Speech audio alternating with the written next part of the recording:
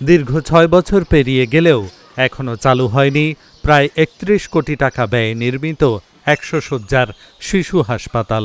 এদিকে নিউমোনিয়া, শ্বাসকষ্ট সহ বিভিন্ন রোগে আক্রান্ত হয়ে প্রতি মাসে গড়ে রংপুর মেডিকেলেই মারা যাচ্ছে ৫০ জনেরও বেশি কোমলমতি শিশু।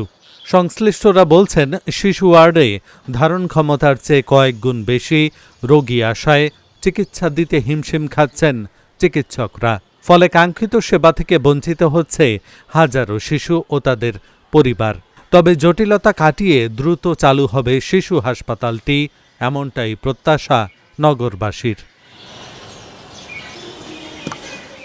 রংপুর মেডিকেল কলেজ হাসপাতালের শিশু ওয়ার্ডের ৩টি ইউনিটে ৮০ শয্যার বিপরীতে চিকিৎসা নিচ্ছেন প্রায় ৫ শতাধিক শিশু।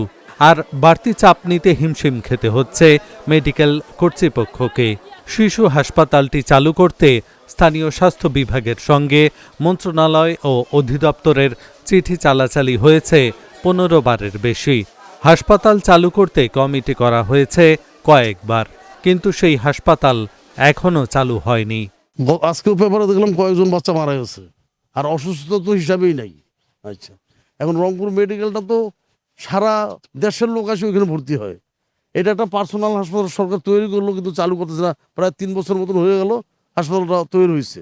আমার দাবি হলো যে এটাকে খুব শীঘ্রই চালু করা উচিত। সরকারের নিকট অবশ্যই দাবি করব যে এটা খুব দ্রুত উদ্যোগ নেওয়া উচিত। যে হাসপাতালটা যেহেতু রেডি আছে, এটার পিছনে সরকারের বহু টাকা ব্যয় হয়েছে, এটা যদি দ্রুত করে চালু করে তাহলে আমরা সেবাটা ১০০ শয্যা বিশিষ্ট হাসপাতাল, যেমন রংপুর মেডিকেলে দেখা যায় একটা বেডে একজন থাকার কথা, সেই বেডটাতে ৩-৪জন করে বাচ্চা কাচ্চা রেখে দিছে। সেখানে এখানে একটা হাসপাতাল আমাদের অলরেডি পড়ে আছে, এটা আমরা ব্যবহার করতে পারছি না, এটা আমাদের ব্যর্থতা। স্থানীয় লোকজন বলছেন, রংপুর বিভাগীয় শহরে শিশু হাসপাতাল নেই। হাসপাতালটি চালু হলে জেলা ও আশেপাশের শিশুরা সুচিকিৎসা পাবে। রোগীদের নিয়ে যেমন মনে করেন যে একটা বেডে 2-3 করে রুগী রাখতেছে, এক্ষেত্রে আমাদের থাকতে সমস্যা। যেমন আমার ওয়াইফ আমি সহ 2জন, আমার বাচ্চা 2জন, 4জনেতে একটা বেডে থাকা সম্ভব না। 3টে পর্যন্ত থাকে, 3টে পর্যন্ত, 2টে 3টে পর্যন্ত থাকে। এখানে 3টে শোয়া ছিল, 3টের বাচ্চাতে একটা পিছনে গেল। বাবা জায়গা নাই বলে, বেড নাই বলে, এই কারণে যদি বাচ্চা একটা করে বেরো, 2টো করে বাচ্চা শোয়াতেছি। সময়তে আর একটা লোক যখন থাকে তারও জায়গায় থাকার জায়গা আমার ঘরে হতেছি না। বা তার যে মা যখন মেডিকেলে থাকে, ক্লিনিকে থাকে, তার একটা লোকের দরকার নয়, তার সাথে আরও একটা বেড়াছলি দরকার আছে। তো হ্যাঁ, তো মূর্খ মানুষ কিছু বুঝি নেই। মারা গেছে 2টা, আজকেও মারা যাইতেছে। এখন ওরা কিভাবে যে ট্রিটমেন্ট নিতেছে আল্লাহ মাহবুব ছাড়া কেউ জানে না। একটা হসপিটাল নির্মাণ হয়েছে কিন্তু চালু হয় নাই। এটা চালু হলে হয়তো আমরা আরো একটু বেশি সুবিধা পাবো, আর মানে রোগীর জনসংখ্যা হয়তো দিন দিন কমবে আর কি, তাহলে আমরা খুবই হব আর কি। পর্যাপ্ত জনবল ও প্রয়োজনীয় সরঞ্জাম নিশ্চিত করে যদি চালু করা যায়, রোগীদের জন্য চিকিৎসা সহজলভ্য হবে বললেন সহকারী অধ্যাপক।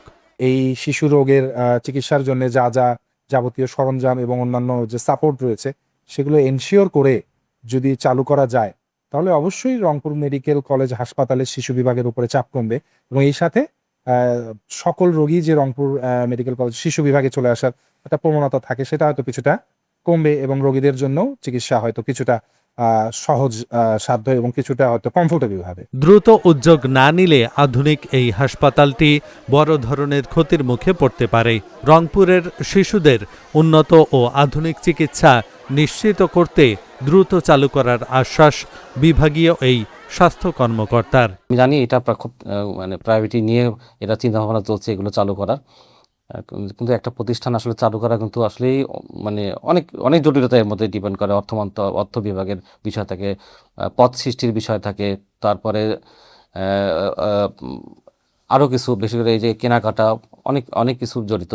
তো সবগুলো মিলেই সম্ভবত এগুলো নিয়ে মানে 6টি এই প্রতিষ্ঠান সবখানির যে এগুলো আছে সবাইকে নিয়ে বসে হয়তো এগুলো দ্রুত যাতে সম্পন্ন করা যায়, এটা প্রক্রিয়া চলমান আছে। কোথাও কিন্তু কোনো ধরনের কোনো কার্যক্রম করা হয়নি, যার জন্য অনেক জায়গায় দেখা যাচ্ছে যে ওর যন্ত্রপাতি যদিও নাই, অর্থাৎ আবার অনেক ইলেকট্রিক জিনিসপত্র, ইভেন ফ্যান ট্যান, এগুলো চুরি হয়ে যাচ্ছে। হাসপাতালে শিশু ওয়ার্ডে রোগীর চাপ অনেক বেশি, তার উপর নতুন করে যোগ হয়েছে হামের প্রাদুর্ভাব। এমতাবস্থায় চিকিৎসা সেবা দিতে হিমশিম খাচ্ছে হাসপাতাল কর্তৃপক্ষ। ১০০ শয্যার শিশু হাসপাতালটি চালু করতে পারলে রোগীর চাপ অনেকটা কমে যাবে বলে জানালেন এই কর্মকর্তা। আপনারা জানেন যে হসপিটালটা 1000 বেডের হসপিটাল, কিন্তু রোগী থাকে প্রায় 2500। সেখানে আমাদের ম্যান পাওয়ার হলো 600 জনের। তার মানে এত কম ম্যান পাওয়ার দিয়ে এই পরিমাণ বেডে আমরা আসলে এই পরিমাণ রোগীর সেবা দেওয়া চ্যালেঞ্জিং ব্যাপার ধরে আছে। বর্তমানে এখন আমরা মেজর্সের জন্য প্রায় 30 জন রোগী ভর্তি আছে, যার জন্য আমাদের আলাদাভাবে আইসোলেশন কর্নার করতে হচ্ছে, আইসোলেশন ওয়ার্ড করা লেগেছে। এবং সামনে যে গরমকালে রোগীর সংখ্যা হয়তো আরও বেড়ে যাবে। তো আমাদের এখানে এই শিশু বিভাগে এই পরিমাণ ম্যান পাওয়ার দিয়ে এই পরিমাণ জায়গা দিয়ে আসলে খুব কঠিন হয়ে যাচ্ছে। তো আমাদের যে 100 বেডের শিশু হসপিটাল যেটি আছে সেটা যদি নতুন ম্যান পাওয়ার দিয়ে চালু করা যায়, তাহলে অবশ্যই রোগীটা ওইখানে অনেকখানি যেতে পারবে এবং সেখানে রোগীর চাপ অবশ্যই অনেক কমবে এবং আরো ভালো চিকিৎসা পাবে বলে আমি মনে করি। দ্রুত সিদ্ধান্ত ও প্রয়োজনীয় বাজেট বরাদ্দের মাধ্যমে এই হাসপাতাল চালু করা গেলে বদলে যেতে পারে উত্তরাঞ্চলের শিশু চিকিৎসার চিত্র। Dhaka journal, news desk.